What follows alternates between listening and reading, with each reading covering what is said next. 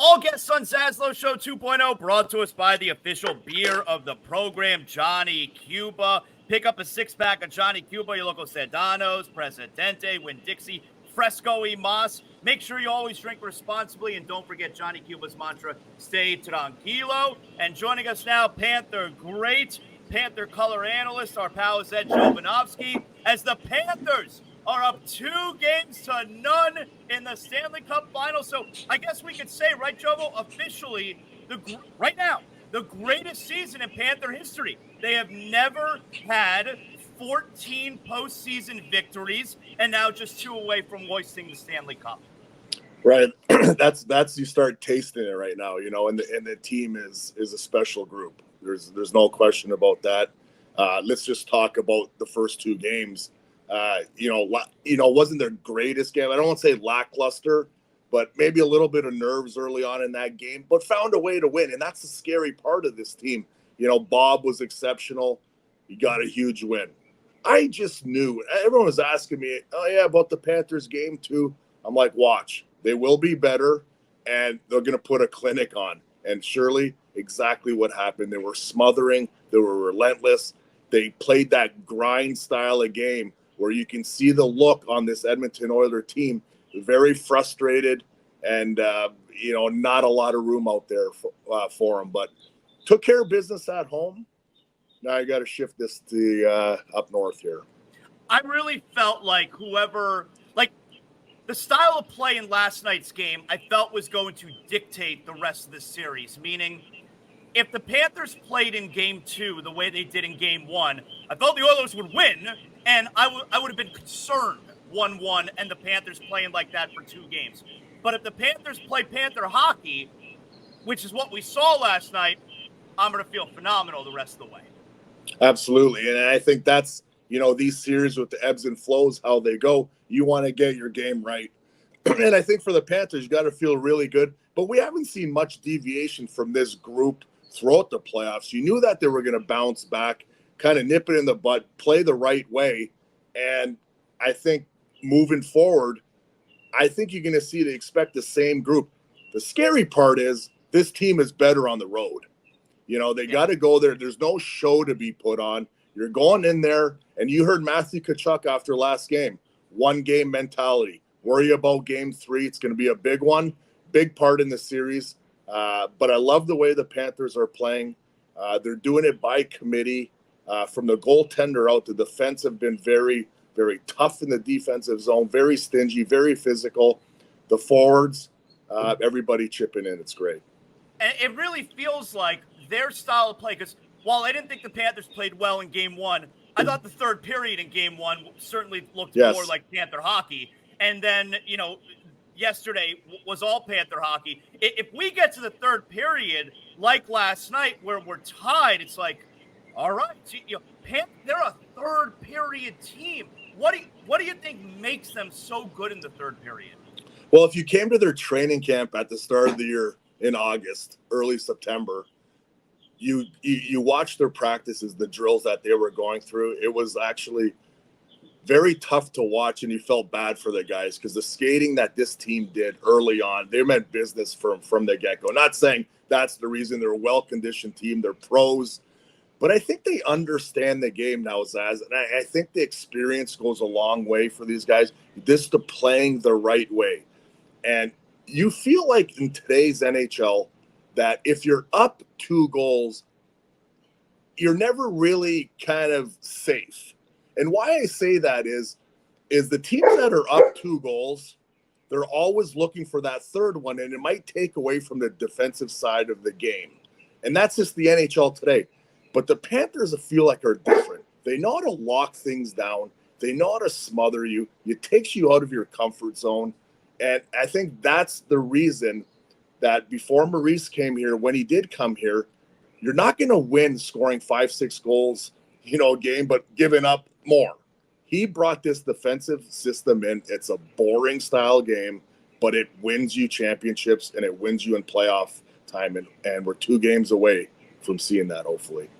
I think there's still things we could look at in Game 2 and say we could be better. And specifically for me, we didn't take advantage of opportunities.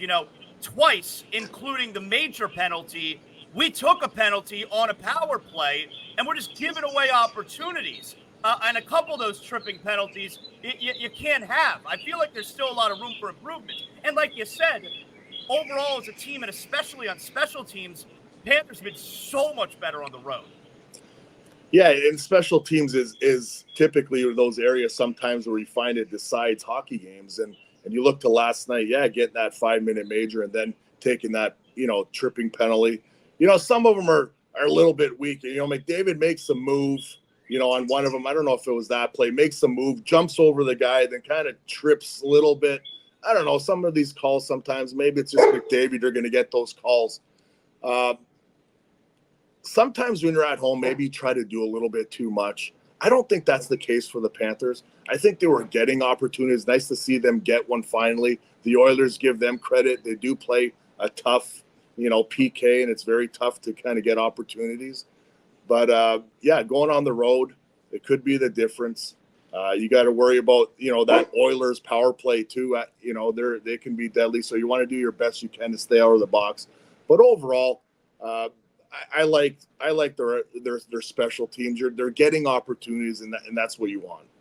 I'll tell you, there were a couple of instances with 4-on-4, and the Oilers did score on 4-on-4.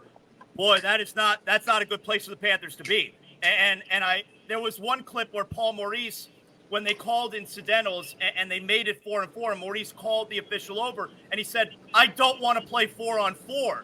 He wanted them to just let the penalties, just let us play 5-on-5. We don't have to call anything there. This Oiler team, McDavid, Draisaitl, all that ice, 4-on-4 is not a place the Panthers want to be, right? No, you look at it both ways. I mean, the reason saying that is, you got 97-29 on the other side that are very tough to contain with that much more ice, right? We've seen McDavid, when he starts getting that puck and starts winding up through the neutral zone, he's very tough to contain, even with the best of the best, Ekblad and Forsling defending him. He's that creative and that fast and that elusive that he can make you look silly. So, you want 5 guys on the ice. You want little as much ice out there as possible. And, he's not wrong in that situation, but it is what it is. You got to face it sometimes. And listen, at the end of the day, it maybe was a factor on them to get one, but overall, I think the Panthers are happy, whoever and whatever position they're playing in during a game. All right, well, let's talk about the controversy now, all right, Jovo? So we certainly don't have any updates yet on Barkov. I don't expect any kind of update at least till Thursday morning. What did you make of the hit by Draisaitl? Well, if you break down that play, I mean, there's no question he left his feet. There's no question that there was contact to kind of this area, of the face. So you start thinking of 2 things: concussion, possibly jaw area. I don't know. And if I knew, I wouldn't say it. If there's a possibility of Barkov not playing game 3, Draisaitl should not play in game 3. So whatever information is going to be gathered today, from team to the league, or they'll be asking, I don't know. I think it's something that needs to be looked at. Barkov is not one of those guys that lays on the ice. He was banged up, but I also know how tough he is. To see him game 3 wouldn't surprise me either. So should they have looked at it for a major? They didn't even call it on the ice. They got together afterward when Barkov was on the ground. Were you surprised that A, they didn't see it, I guess, in the first place, and B, that they didn't even consider it a major? Yeah, it's those situations. I mean, you see the refs gathering. You think that they're probably going to assess a major and then review it and make that decision there. For whatever reason, they thought it was just 2. You're not going to sit there and argue that situation on the ice, because I've never seen a player win an argument with a referee during a hockey game over my 30 years around the game. But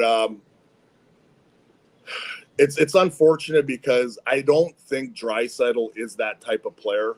I think he's frustrated right now, and him kind of seeing Bark. I don't think he was like, okay, this is Barkov, let me go run at him. I think in situations in a game that happen so quick, You want to be physical. But at the end of the day, he did come off his feet, and the contact was in that general area. And so we'll see what happens here in the next, probably today. We should probably hear something possibly, from the league if they're even going to think about looking at it. But I think a lot hinges if we're going to see what the outcome is, of their captain. And how about the knee-on-knee with Loisterinen early in the game? I mean, watching on the television coverage at intermission for ESPN, PK Subban was not happy about it. So what did you make of that play? Wasn't happy about about what? Thinking that it's 5, or he thinks that the player needs to be disciplined. He was not happy. Yeah. So I get home last night. I turned on the TV. NHL Network thought it was excessive. I mean, me looking at the clip, I don't know. It stuck his knee out. It's good to see Loosely back. He's a big part of our team.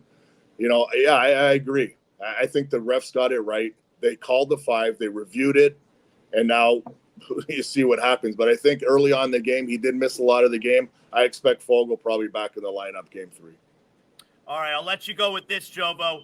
You were there last night. How was that crowd, especially after the team tied it up at 1? Oh, it was nuts. I mean, the atmosphere is crazy in the building, so loud. The fans, the white towels.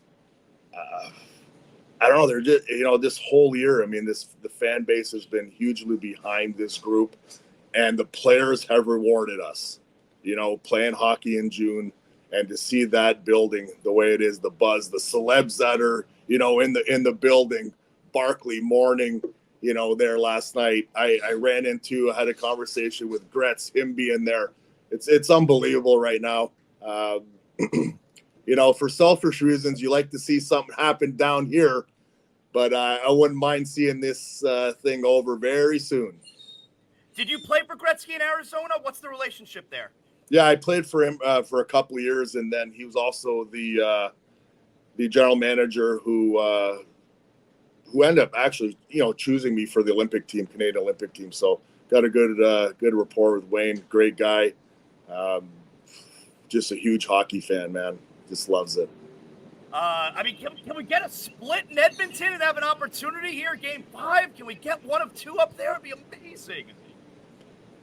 Buddy, don't be surprised if we take care of the third one here and then see what happens in Game 4. You don't want to put I don't want to look too far ahead. But like I said earlier on, talking to you, this team is so good on the road. They play a simple game. They dumb it down. They make it very tough for teams. And there's no reason right now you're in the Stanley Cup Finals. There's no reason for this team to have any sort of drop off in their play.